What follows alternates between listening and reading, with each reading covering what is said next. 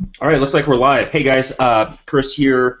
David is bouncing around Germany, or actually, I'm not sure if he's bouncing around. He's in Berlin, and so I'm not sure if he's going to make it today. We didn't record this week, so this will be a little bit different just because it's just going to be me blabbing. And also, we have of course, this is an interesting week because Apple uh, released everything that they talked about a month and a half ago. And everyone's excited, and we got to see the new two phone sizes and all that kind of stuff, and the iWatch, and we'll dig into that. But we also have an episode on it, so I don't want to dig too deep into everything that was covered on Tuesday.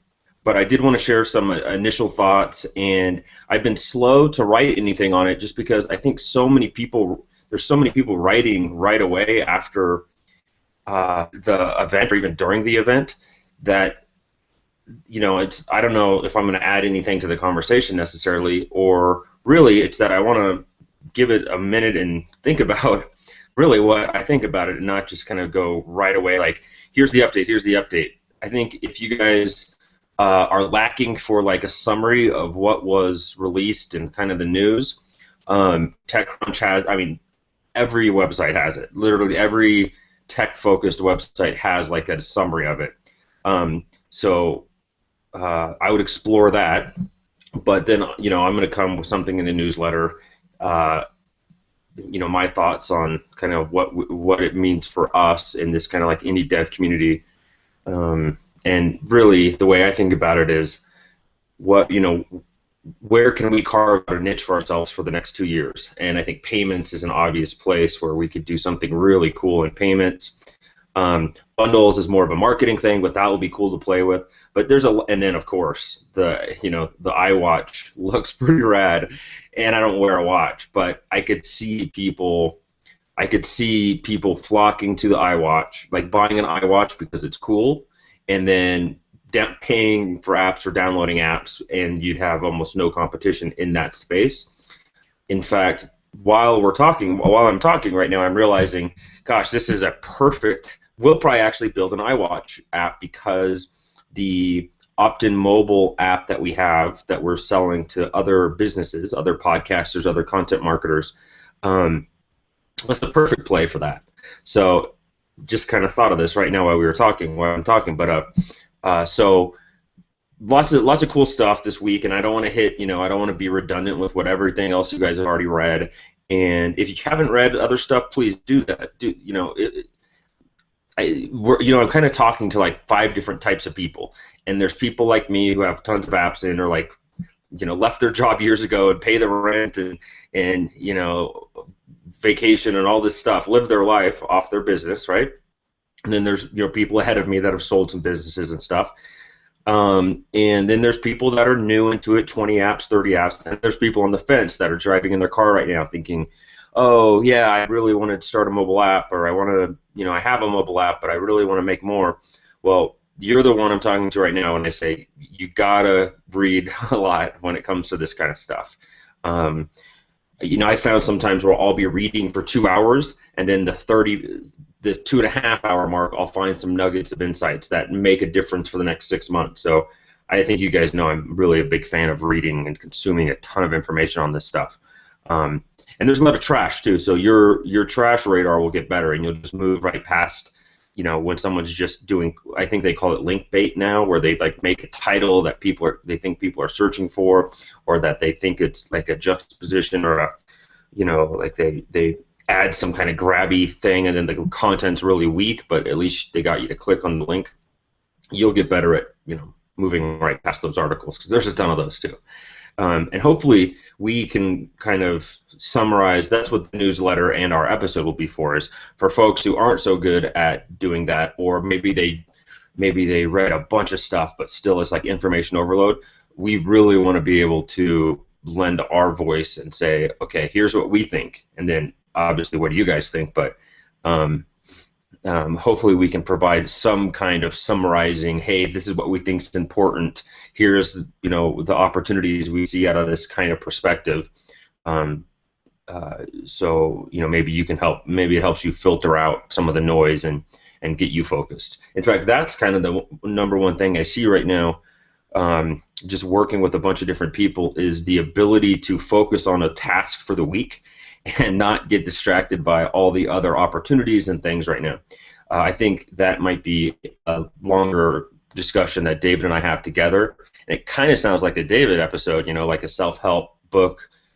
Here's the latest productivity system or something. But I think for what I'm thinking about, it's more of maybe best practices for getting S done. We're still not cussing on this website, on this podcast, but and all sorts of other things in the works. So this has been an exciting week for a lot of reasons. We have if you want to see what we're talking about for Opt-in Mobile, our App Business MBA app just got released because we figured, we're also like our target market, so it puts us in a really good position to deliver solutions. But if you go to iTunes, we haven't put this on our website yet just because it's brand new. But if you go to iTunes, you can type in, if you've tried this before, you can type in App Business Podcast. And if you look at podcasts, we're buried. We're like an exact match for our name. It's like we're the 100th listed podcast. And like ESL, learning English as a second language, and Harvard Business Review stuff is like ahead of us. So I'm not sure what's going on there. In fact, we might change the name of the podcast so we can be found more easily, because we got people telling us, hey, I saw your, this is Alejandro, in fact, I saw your App Business MBA ads in Facebook, and that's how I found your podcast. Or, it's like really hard for people to find. You could type in developing a mobile app, and we're like listed 50th in iTunes. And it's not because our downloads aren't good or our reviews aren't good, it's because supposedly, or I guess there's a ton of other apps that also have those keywords, but it also seems like a crazy matching thing where I don't know, I think iTunes search is broken, so a lot of other indie dev, the issue seems to be that the market doesn't seem to think that it's broken. I don't know, I still think that these things are all going to catch up to Apple, and Android's going to be the clear favorite, but right now I'm still making a ton of money with Apple, so I don't want to get too far in that direction. Okay, so that was a big digression. App Business Podcast is where you put that into the iTunes search. And if you go to, how you can click on the things on the right, iPhone apps, podcasts, etc. If you click on iPhone apps, where you'll recognize the logo, you'll see our iPhone app. And I think I called it the Mobile App Business Podcast, so we'd have mobile in there. You can see with podcasts or with apps, those are very common words: app, business, mobile. And then, of course, if we have a podcast, adding podcast to it makes it super common in the podcasting section. So we might think about renaming, but for now, if you want to check out what we're doing with Opt-in Mobile and with other clients, and there's a group of listeners that are using the app or testing the app out or the framework for potentially affiliate offers. And I like that idea. This is just a new idea for us, and we're just kind of like seeing where this thing goes, and basically just trying to continue to build apps that aid in building your list and distributing your content and engaging with your followers. Yeah, it'll be interesting to see where this goes, but if you want to take a look, that's what we're working on. That's the version 1, so please don't hold us to it's not near where we want it to be, but it's tests what we want it to test, and it gets it out there and does the basics. So okay, so that's the Opt-in Mobile app, App Business Podcast. I think I had a bigger point there, but I lost it in all my digressions. So okay, so let's do a week in review. And for those of you guys who are watching live, I got a little bit of a late start, but yeah, so we're going now.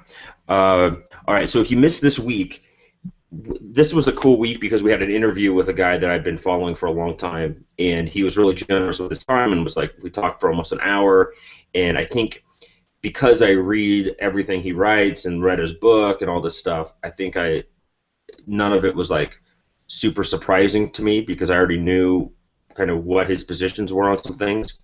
but it does hammer home the point of analytics again and again and again. And if it's one thing that this podcast does, it started as David and I talking with each other, but what it's really kind of morphed into is, hopefully, it's like maybe focusing some of the publishers, developers, on what other folks are doing and what's important, because there's so many things. It's like, do I put virtual currency in the app first, or do I put a ratings and review prompt, and how do I do that? And what about ASO? And there's just so many ways to spend your time.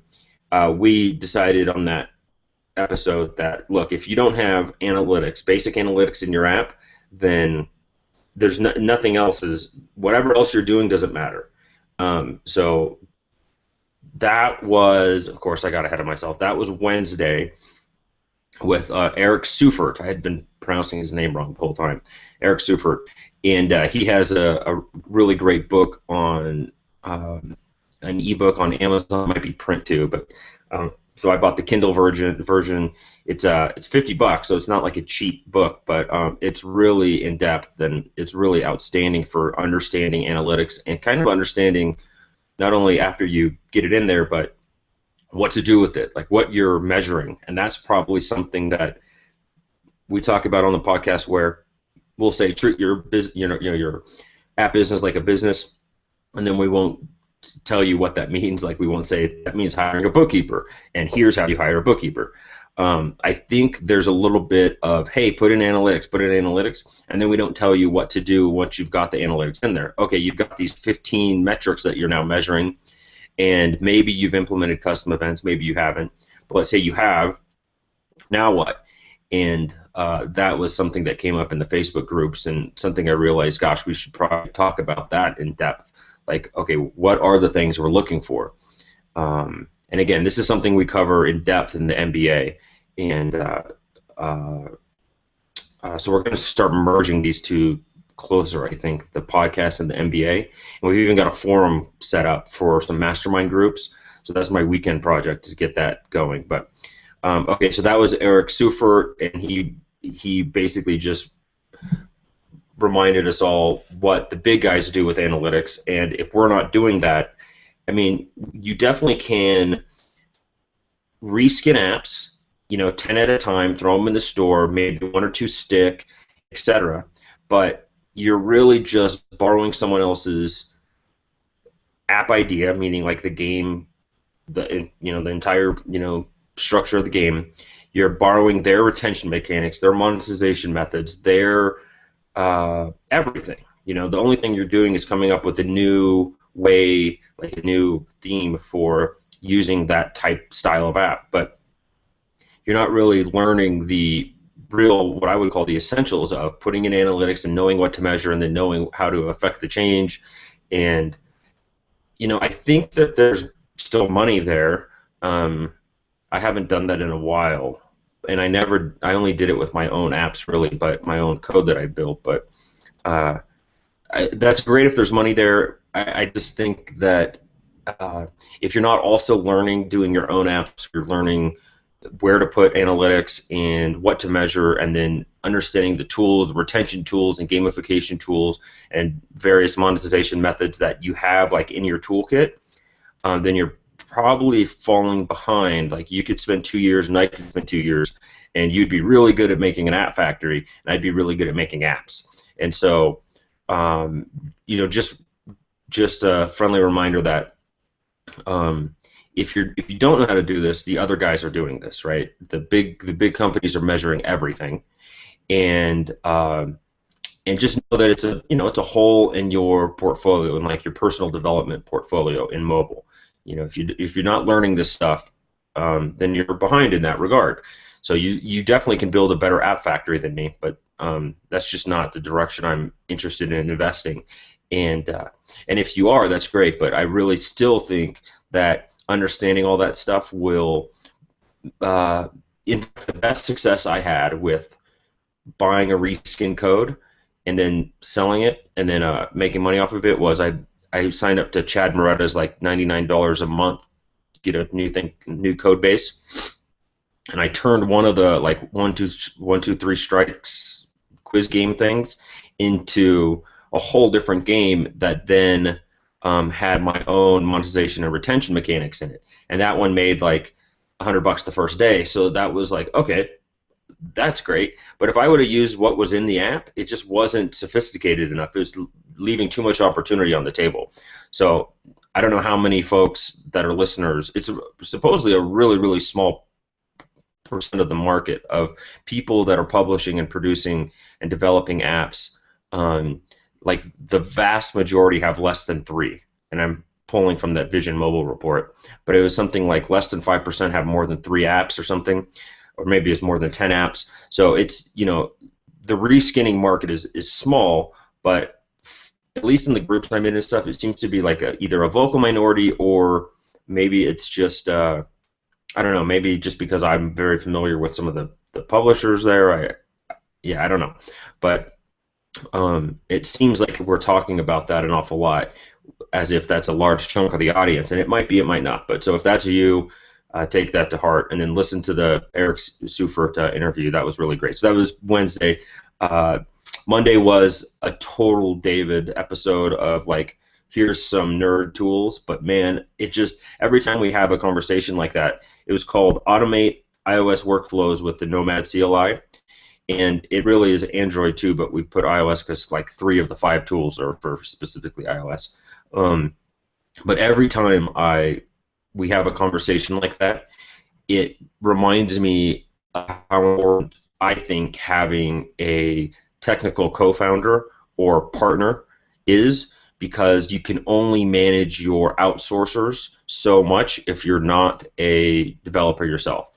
And it'd be like trying to run an accounting team without knowing accounting. And that's where one of my biggest struggles has been, is like, I don't feel like I'm growing in that direction, meaning like I would invest in developers and we'd spend 6 months doing all sorts of different styles of apps, but at the end of the day, I don't feel like any of us are growing to make a better system for, not App Factory style, but like, making more efficient use of our time and communicating better, etc. It just felt like the same day over and over again. And then David comes in, and it's like a whole different thing, because he knows how it's supposed to work, and he knows what the new exciting things and models are and tools are.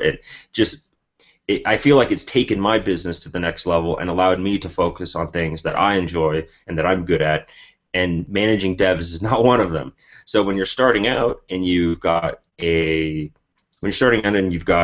modest app ideas and you want to execute those ideas, I absolutely think going through the process of hiring a developer, interacting with that developer, firing a developer, managing developers, all that kind of stuff is really great.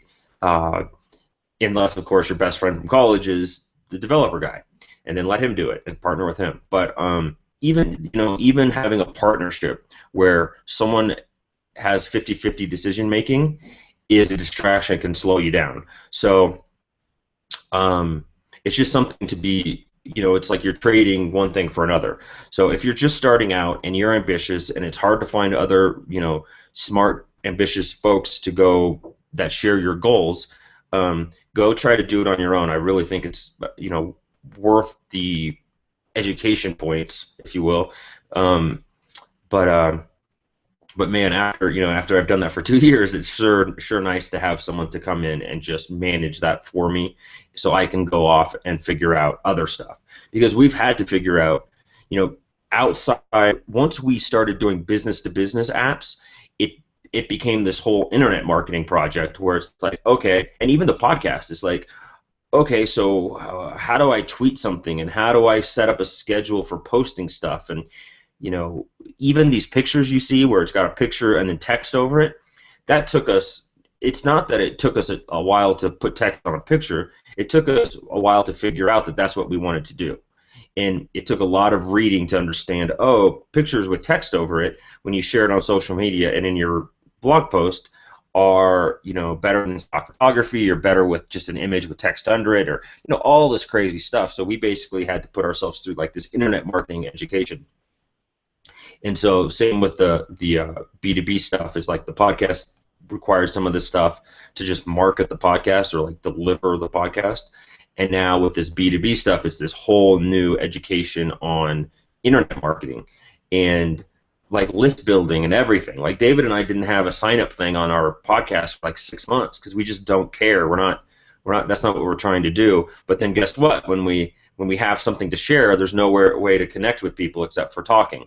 So that was one thing we recognized. Like, oh, we don't know what we're doing. We need to set up a list. And so it's all these things where, instead of me managing devs, it allows me to go figure that stuff out, and it allows David to not have to figure that stuff out and just like weigh in when I tell him, hey, I think we should do this, I think we should do that, and he'll weigh in. But it really plays to our strengths, and I think that works a lot better. So I'll just keep sharing the experiences as we go, because I think there's a ton of people like me out there that aren't devs and maybe even are like corporate guys and want to hear that it's possible to do this and want to hear how someone else did it and is doing it. So I'll just keep sharing my experience here, because I think there's not like a map that I'm following. I'm just kind of like seeing where we can improve and trying to figure that out.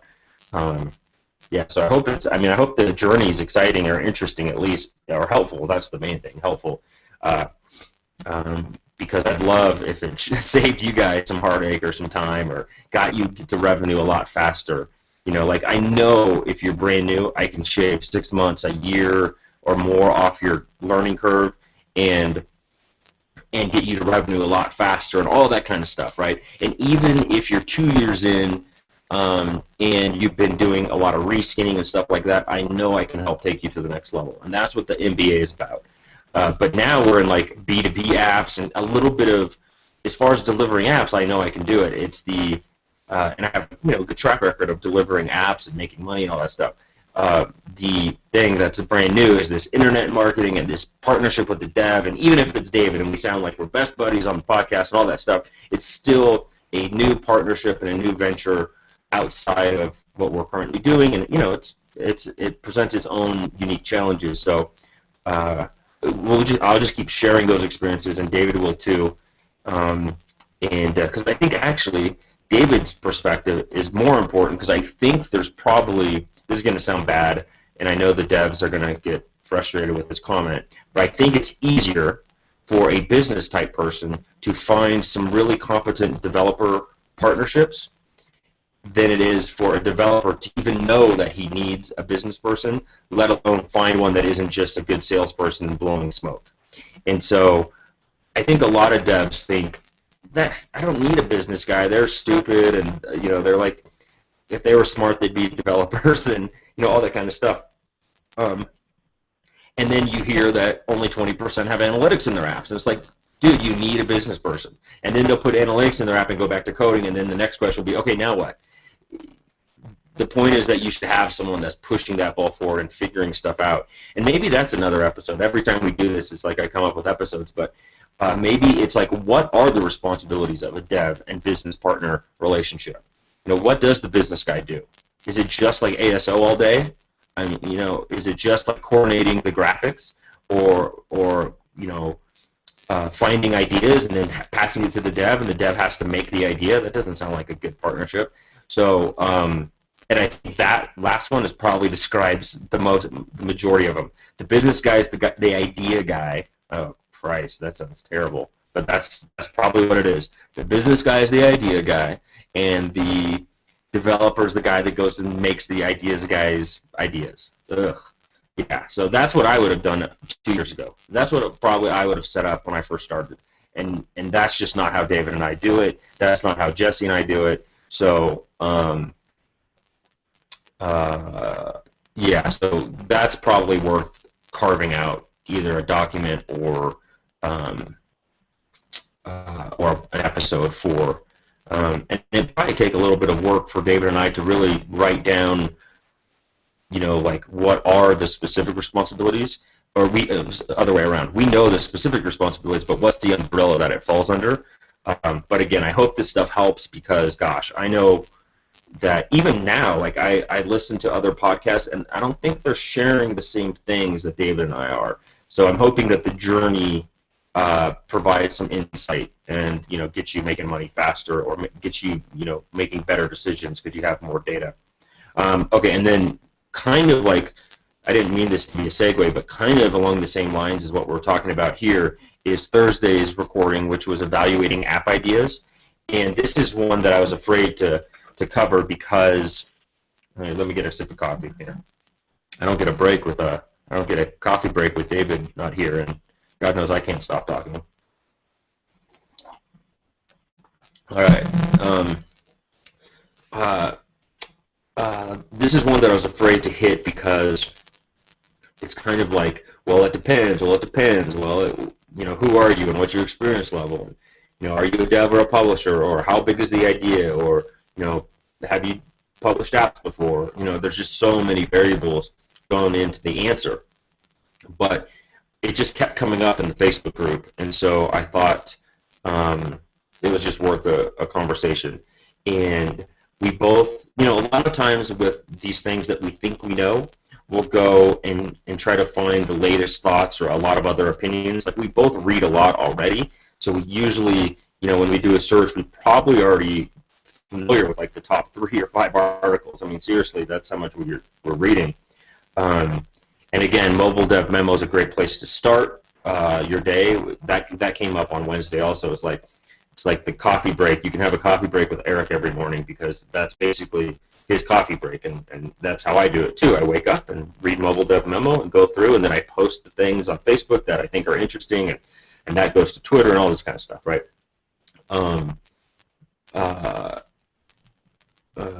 Totally lost my train of thought. But anyways, what was my train? What was I talking about? I don't have David here to remind me. Posting the ideas, reading a lot. Oh yeah, so we'll look and make sure we have the latest information on all this stuff. And so evaluating app ideas was one. Is like, well, David, here's how I do it, and here's how I think people should do it. And he offered his thoughts, and then we went and shared some articles with each other. And so we try to do that on a lot of the episodes. But I think the evaluating app ideas one was a little bit of, if you're an idea guy and you get all excited about your ideas, it's a little bit crushing. I think that's the one that if you're brand new, you should listen to that one, because I think a lot of people, they start from the beginning. So if you're listening to, 95, you're probably not going to know to listen to 94. But I already did. So I don't know how we're going to do it. We'll put it on the website or something. But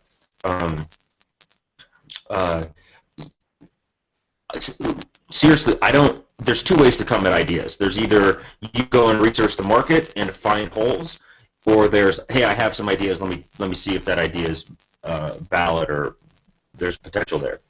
And for the people, the second type of person, which is most of the entrepreneur style folks that your family and everyone, they've got all sorts of, I've got an app idea, right? Your taxi cab driver has an app idea, but he doesn't want to tell you because he's definitely going to do it someday. His first app, he's going to do it someday, and then it's going to be a wild success. His very first app. The episode, I think, kind of maybe deflated the idea. The people who fall in love with their ideas.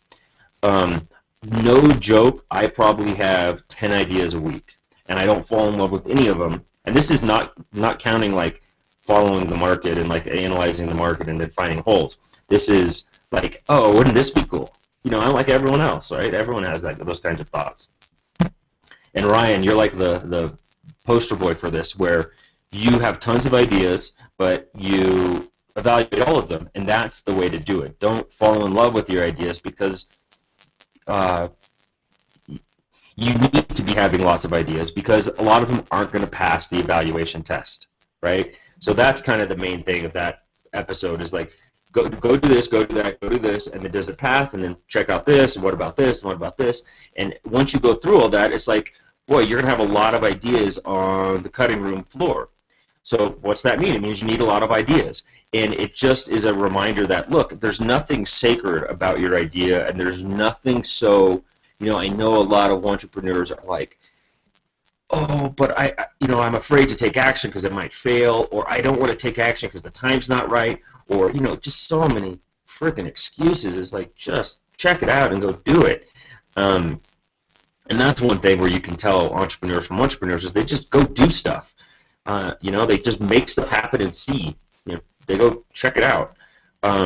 But that's, if you, it actually was an uplifting episode for me because I like the idea of not having to cradle your app idea, like your ideas. Just have a bunch of them. Don't let any restrictions. Don't start checking them off the list yet. Just start adding them to a list. Just be excited about creation and creativity and problem solving, and then go check them out and see if they're going to fail. But you should be checking. You should be creating and checking off bunch of ideas all the time. There's no reason to hold an idea in your back pocket for 6 months and then finally go do the evaluation effort and find out, oh, it's not good, and then not have another idea. It's like, just keep writing down your ideas and keep evaluating them and keep deciding which ones you want to execute on. My goal for mobile apps wasn't to create a bunch of quizzes. It just worked. That's how I got to the point where, okay, now I can do some bigger apps. So it's not like, and even now, my goal isn't to make like B2B email collecting app, although I think that has some legs and could be something that we can continue to invest in and improve, and the market will respond to. But I'd love to make some economy style apps like Macromania version, the third big app in that series, and that's the direction I'm going. But I couldn't get there without flailing around with some quiz apps first, right? So I think the big thing from that episode, is just keep doing and keep coming up with ideas and keep, I love this life. I love being able to come up with ideas and see them happen and make money off of them and continue to solve problems that are easy to act like goals. I just love this stuff. And it's like everyone stuff this stuff. I understand that. The base that makes anything income from this service, making money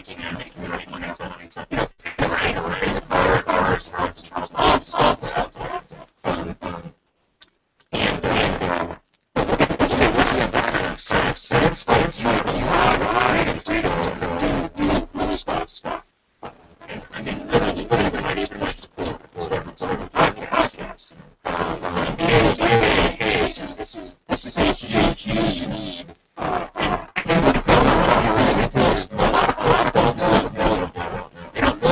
It's like you need trust. It's hard to sell you something. I say that because you selling to me. But I think that this is really something that it's a huge gap in the market. Again, the role is like 80% of so that's what I can do.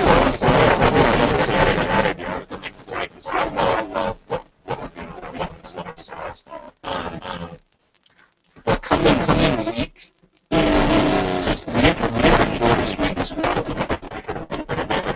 Definitely going to record the thoughts on iOS 8 and 2.25, 7, 6, and 6.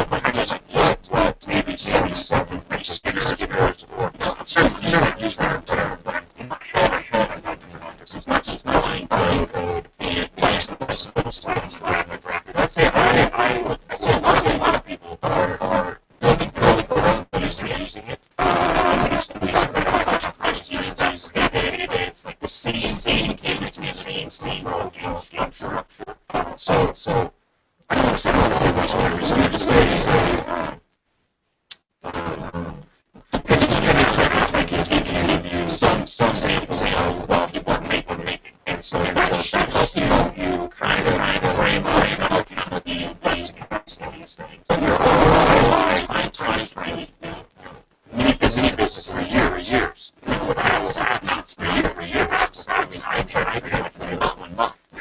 So like I'm trying to make years for days. And there's always kind of but it's almost like a primary course or it doesn't. And we try to like stack so like not even then where it's maybe it's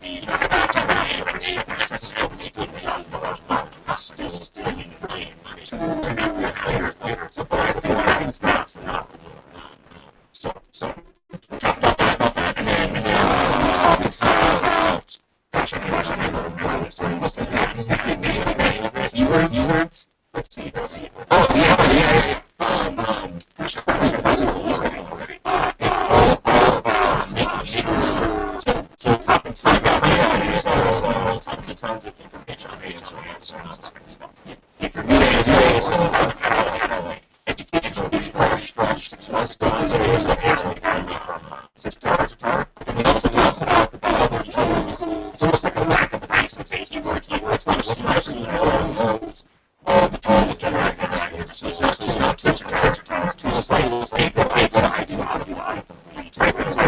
keyword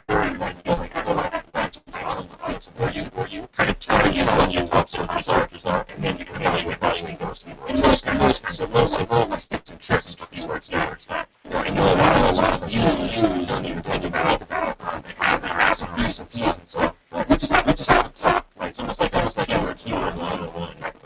Two tools. One-on-one space. And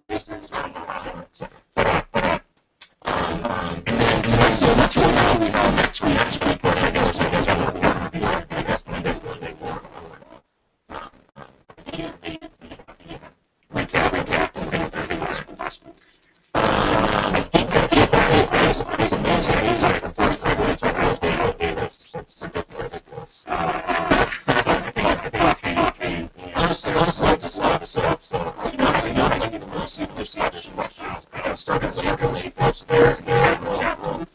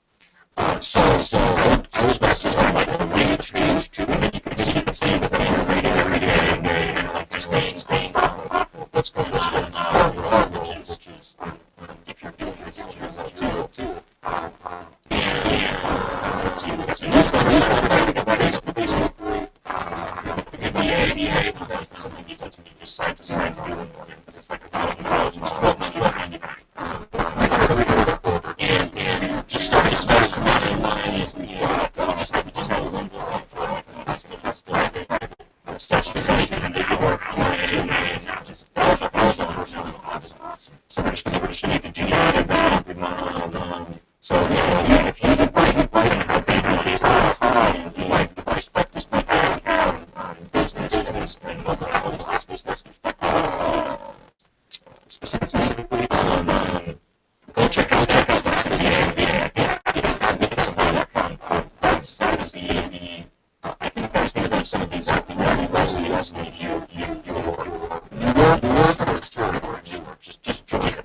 some serious stuff is going to do it.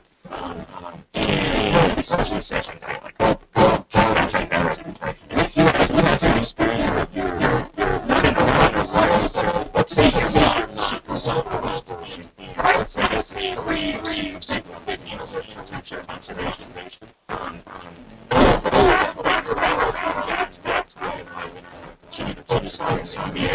So those are the types of things you want to catch up on, make sure you're the right way, understand what companies are doing, what they're doing, understanding what it's not reacts from changes to managing your approach to prevention and organizations. That's big. And I would say to get with you've got to notice the stuff. One little change, especially similar organizations, one little change, such huge impact. It's not like you can reduce retention and be like twice the amount of people. That's not bad. That's okay. It's kind of 10 minutes. And when you 10 minutes more, and you're showing 10 minutes more changes, just like not only I get 10 minutes more by just everything goes exponentially. So it's I'm a huge fan of literature stuff. So I've seen healthy, not just essay flowing around stuff. It's like why I like those ideas much. It's like most of those sticks. So that sounds good. Check out this ABA. We're still figuring out some ways to market it. To try to keep it and make sure that we're coming and all these systems still like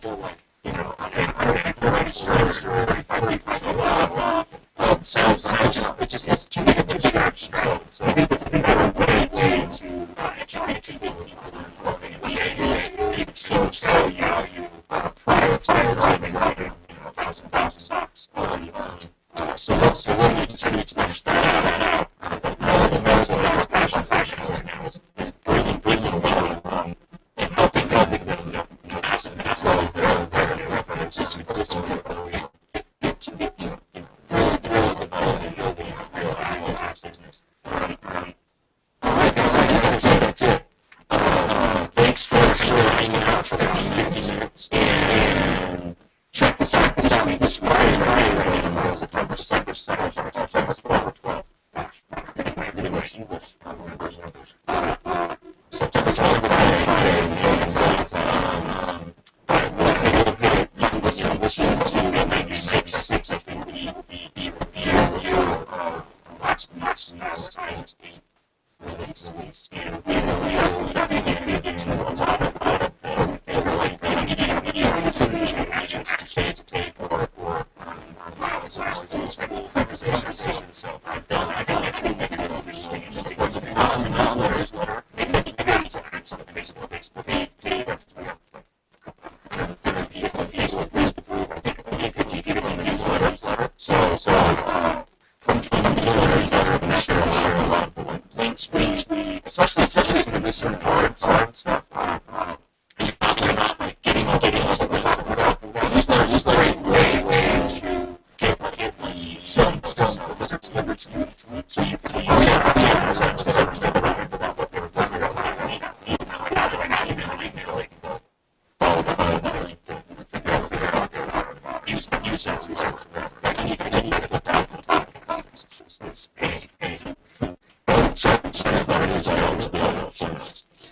All right. And let's double check what's on what this webinar is valuable and next week and next week. Thanks.